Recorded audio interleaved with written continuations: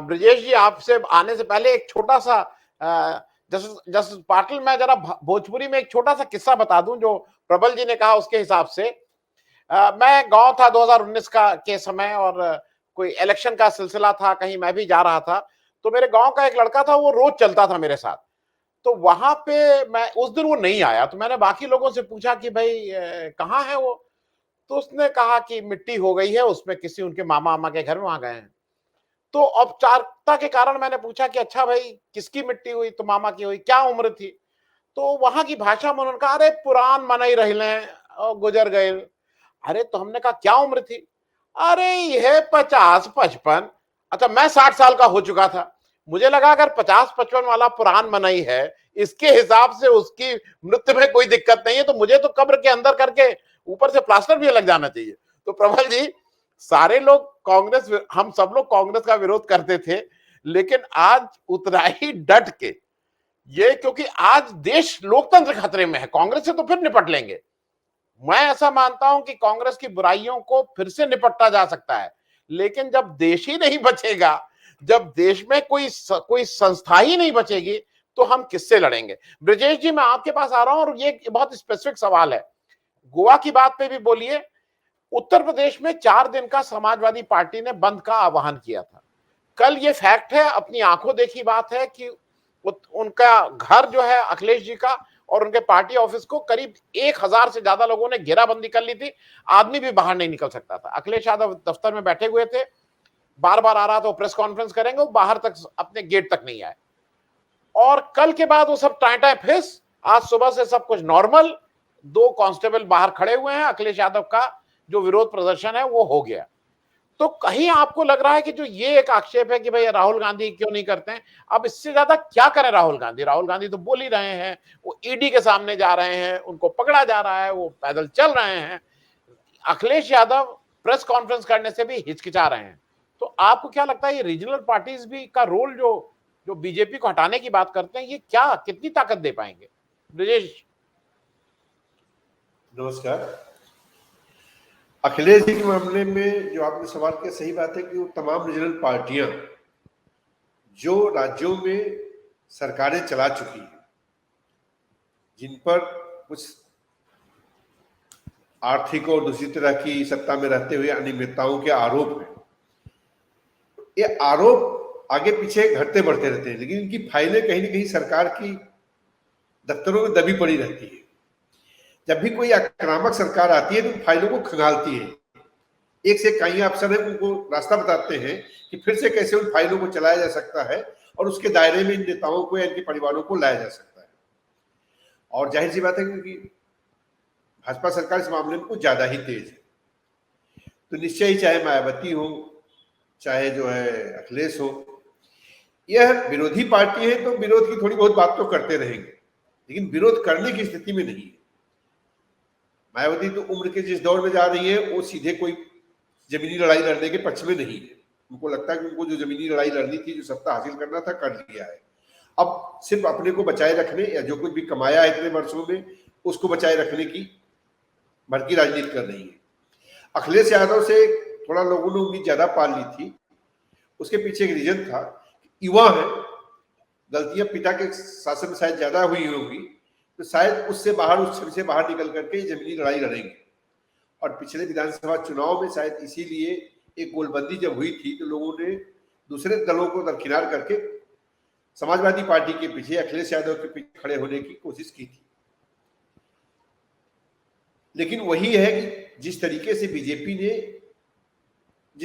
BJP ने Samajwadi party के ऊपर अपना एक कसाव बढ़ाया है, अखिलेश यादव खुल करके कहीं भी जमीन पर लड़ते नजर नहीं आ रहे। जब भी बात कर रहे हैं हम, 24 की बात कर रहे हैं, कुछ भी कर रहे हैं, उसमें अखिलेश की कोई बहुत एक्टिव भूमिका नहीं होने वाली है। अखिलेश केवल एक सपोर्टिव टीम की तरह से होंगे और मैदान में लड़ने वाली कोई पार्टी सीधे सीधे सामने नहीं होगी, क्योंकि दूसरी पार्टियां और भी कमजोर हैं। कांग्रेस का कोई संगठन नहीं है, बसपा पूरी तरह से निष्क्रिय रहेगी। ऐसे में अखिलेश ही दिखाई देंगे मैदान में, लेकिन वह मैदान में होना और ना होना बराबर होगा। वो एक तरह से वॉकओवर दे रहे होंगे बीजेपी को। और इसके लिए अगर ऐसा नहीं करते हैं तो भारतीय जनता पार्टी उन्हें कहीं ना कहीं मजबूर करेगी। और जो 4 दिन का आंदोलन था, इसके पीछे सीधे अभी तक प्रत्यक्ष कोई बात नहीं आई, लेकिन उनका एकदम से दूध की तरह उबाल लेना और तुरंत एक क्षण के अंदर बैठ जाना अगले दिन, यह जताता है कि पूरे मन से कोई आंदोलन खड़ा करने के पक्ष में नहीं है। कम से कम आज तो करता ही नहीं। हो सकता है कि 24 तक कुछ ऐसा करने की कोशिश करें, उत्तर प्रदेश में विपक्ष की भूमिका निभाने के लिए उनको लोगों का जन समर्थन मिले, लेकिन आज की डेट में ऐसा वो कुछ करते नजर नहीं आ रहे। तो 4 दिन की काल उनकी जो है पूरी तरह से खत्म हो गई है। और जहां तक बात है, मैं गोवा की करता हूं। ओवरऑल एक चीज बता दूं मैं कि जो छोटे राज्य हैं, मैं उनमें उत्तराखंड और हिमाचल जैसे राज्यों को भी गिनता हूं, इन राज्यों में जो नेता हैं विचारधारा से ज्यादा व्यक्तिगत चीजों को ज्यादा तवज्जो देते हैं। इसलिए इन राज्यों में तोड़फोड़ सदैव होता रहा, चाहे नॉर्थ ईस्ट रहा हो, चाहे गोवा रहा हो, चाहे उत्तराखंड रहा हो, इन जगहों पर ज्यादा संभावना रहती है। इवन कि झारखंड में भी पार्टियां जो हैं उस मजबूती के साथ पार्टी किसी कैडर या किसी विचारधारा के साथ नहीं, बल्कि सत्ता के साथ रहना चाहती है। और इस खेल में आज की डेट में बीजेपी का जो भी खेल चल रहा है, उसमें कोई बहुत मायने नहीं रखता है कि गोवा में कांग्रेस टूट गई।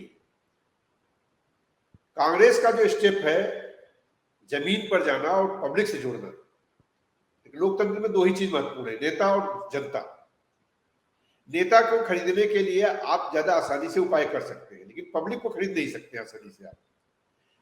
और अभी तक चूंकि बड़ी पार्टियां, भाजपा के अलावा पार्टियां पब्लिक के बीच में नहीं थी, वो ड्राइंग रूम से पार्टियां चल रही थी, तेजी से उनके नेताओं को तोड़ देते थे और ऐसा लगता था कि सारा का सारा जो है दूसरे दल जो है बड़ी पार्टी के साथ चले गए, मिल गए, भाजपा के साथ चले गए। कांग्रेस ने जो जमीन पर आने का, अब कितनी मजबूती से भविष्य में क्या करेंगे नहीं मालूम है, लेकिन जो पहली बार जमीन पर आए हैं और पब्लिक से कनेक्ट कर रहे हैं, इसकी कोई सीधी काट बीजेपी के पास नहीं। तो सीधी काट बीजेपी के पास नहीं है तो प्रतीकों की लड़ाई लड़ रही हो।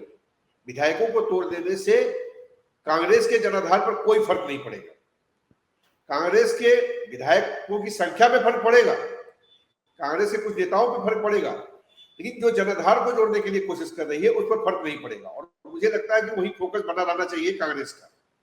वो जनाधार वाली जो पॉलिटिक्स में उतरी है, हो सकता है कि उसको तत्काल कोई फायदा मिलता नजर ना आए, लेकिन लंबे समय में वह लोगों को जोड़ने में सक्षम होगी और उसको इस पर फोकस रखना चाहिए, लगातार इस पर काम करना चाहिए।